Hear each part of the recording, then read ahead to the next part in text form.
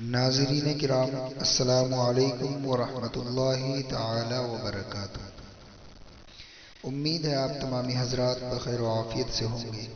آج ہم آپ کو بتائیں گے کہ ہمارے آقا صلی اللہ تعالی علیہ وسلم اگر کسی دیوانے اونٹ کو بھی بلائے تو وہ کس طریقے سے آقا صلی اللہ تعالی علیہ وسلم کی خدمت میں حاضر ہو جاتا ہے۔ بنی نجار کے ایک باغ میں ایک دیوانہ اونٹ گھس آیا۔ جو شخص بھی اس باغ میں جاتا وہ اسے کاٹنے کو دوڑتا تھا۔ لوگ بڑے پریشان تھے اور حضور صلی اللہ تعالی علیہ وسلم کی خدمت میں حاضر ہوئے اور سارا قصہ عرض کیا۔ حضور صلی اللہ تعالی علیہ وسلم نے فرمایا، چلو میں چلتا ہوں۔ چنانچہ حضور صلی اللہ تعالی علیہ وسلم اس باغ میں تشریف لے گئے اور اس اونٹ سے فرمایا، ادھر آؤ۔ اس اونٹ نے جب رسول اللہ صلی اللہ تعالی علیہ وسلم کا حکم سنا تو دوڑتا ہوا حاضر ہوا اور اپنا سر پیارے آقا صلی اللہ تعالی علیہ وسلم کے قدموں میں ڈال دیا۔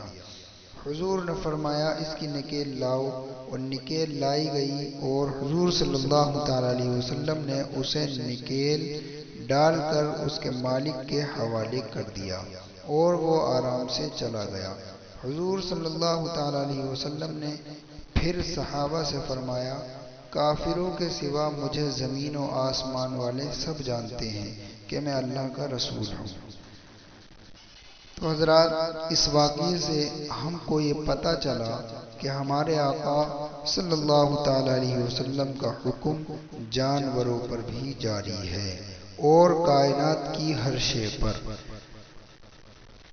بجز کافروں کے کہ ہمارے حضور صلی اللہ تعالی علیہ وسلم کی رسالت و صداقت کو وہ نہیں جانتے۔